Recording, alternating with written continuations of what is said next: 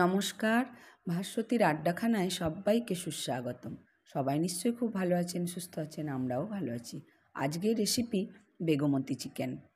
চিকেনের এক নতুনত্ব ধরনের পদ। সামনেই পয়লা বৈশাখ আসছে। বাঙালির প্রত্যেকের ঘরে ঘরে মাছের বিভিন্ন পদের সাথে মাংসরও বিভিন্ন পদ আমরা করে থাকি। তো ঝোল কষা বাদ দিয়ে এটা কিন্তু আপনারা ট্রাই করতে পারেন। ইউটিউবের পাতা উল্টাতে উল্টাতে বেশ কয়েকজনের এই রেসিপিটা আমি দেখলাম। অতনু রান্নাঘরে অতনু ভাইয়ের রান্নাটা দেখে আমার খুব ভালো লাগলো। খুব কম সময়ে কম মশলা দিয়ে একটা মুখরোচক পদ আমি বানিয়েছিলাম, সত্যিই খুব ভালো হয়েছিল। প্রথমেই দেখলেন কড়াইয়ের মধ্যে কিছুটা জল দিয়ে 1 বান্ডিল মতো ধনেপাতা, কিছুটা পেঁয়াজ পাতা আর 7-8টা মতো কাঁচা লঙ্কা দিয়ে 1 মিনিট ফুটিয়ে ওটাকে রুম টেম্পারেচারে জলে একটা বাটিতে তুলে কয়েক টুকরো বরফ দিয়ে দিতে হবে। বরফটা দিলে সবুজ রঙটা বজায় থাকে। এই টিপসটাও আমি ওখান থেকে শিখলাম। তারপর কড়াইয়ের মধ্যে পর্যাপ্ত পরিমাণে সাদা তেল দিয়ে একটু বেশি করেই দিতে হবে, তাতে 2টো এলাচ ফোড়ন দিয়ে 3টে মিডিয়াম সাইজের পেঁয়াজ আর 1টা রসুন কুচি দিয়ে দিতে হবে। আপনারা পেঁয়াজ রসুনটা পেস্ট করেও দিতে পারেন। আমি 800 গ্রাম মাংসের জন্য এই পরিমাণের পেঁয়াজ রসুন দিয়েছিলাম। তারপর ভালো করে নাড়াচাড়া করে নিয়ে উপর থেকে পরিমাণ মতো নুনটা একবারেই দিয়ে দিলাম। নুনটা দিলে পেঁয়াজের উপর দিলে পেঁয়াজটাও ভালো ভাজা ভাজা হয়ে যায়, গলে যায়, বেশ সুন্দর মিশে যায়। তারপরে ভালো করে নাড়াচাড়া করে নিয়ে একটু ঢেকে দিতে হবে। তারপর 2 চামচ মতো আদা বাটা দিয়েছিলাম ওতে। আদা বাটাটা দিয়েও বেশ নাড়াচাড়া করে নিয়ে মাংসটা দিয়ে দিয়েছিলাম।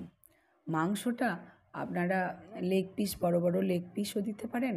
আবার আমার মতো এরকম মানে এই যে মিডিয়াম সাইজের মাংসটা কাটা, এরকম মিডিয়াম সাইজেরও মাংস আপনারা দিতে পারেন। তো শুধু দেখবেন মাংসটার গায়ে যেন চর্বি না লেগে থাকে। চর্বি মানে তেলটা লেগে থাকলে খুব একটা ভালো টেস্ট হবে না মাংসটা। তারপরে ভালো করে নাড়াচাড়া করে নিয়ে নিত্যদিনের যে মশলাগুলো, 1 চামচ জিরে গুঁড়ো, 2 চামচ ধনে গুঁড়ো, 1 চিমটে হলুদের পরিমাণটা খুব কম যাবে, কয়েক দানা চিনি আর 1 চামচ গোলমরিচ গুঁড়ো দিয়ে ভালো করে নাড়াচাড়া করে নিয়ে ঢেকে দিতে হবে। আর আগে থেকে যে ধনেপাতার আর পেঁয়াজ পাতার যে ফোটানোর যে স্টকটা ছিল, মানে জলটা, ওটা ফেলিনি।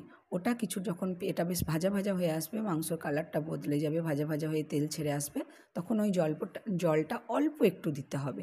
কারণ বেশি তো খুব ঝোল হবে না, গ্রেভি হবে। অল্প দিয়ে ভালো করে নাড়াচাড়া করে নিয়ে আগে থেকে 8-10টা মতো কাজু আমি গরম জলে ভিজিয়ে রেখেছিলাম, তারপর সেটা পেস্ট করে নিয়েছিলাম। তো সেটা আপনাদের আর দেখানো হয়নি।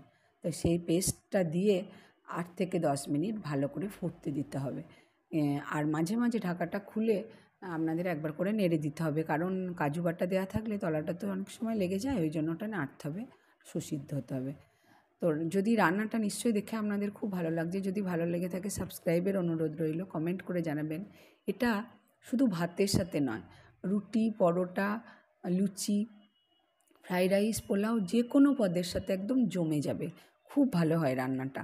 আমার কথার উপর ভরসা করে হলেও একবার করে দেখবেন। তারপরে আধখানা পাতিলেবুর রস দিতে হবে যখন মাংসটা সুসিদ্ধ হয়ে আসবে, আর পেঁয়াজ পাতার আর ধনে পাতার আর কাঁচা লঙ্কার ওটা পেস্ট করে নিয়ে ওটাও দিয়ে দিতে হবে। ভালো করে নাড়াচাড়া করে নিয়ে 3-4 মিনিট মতো ফুটিয়ে এরকম গ্রেভি হয়ে গেলেই রেডি বেগমতি চিকেন। তো সবাই খুব ভালো থাকবেন, সুস্থ থাকবেন, একবার অবশ্যই করবেন আর নিজেকে খুব ভালো রাখবেন।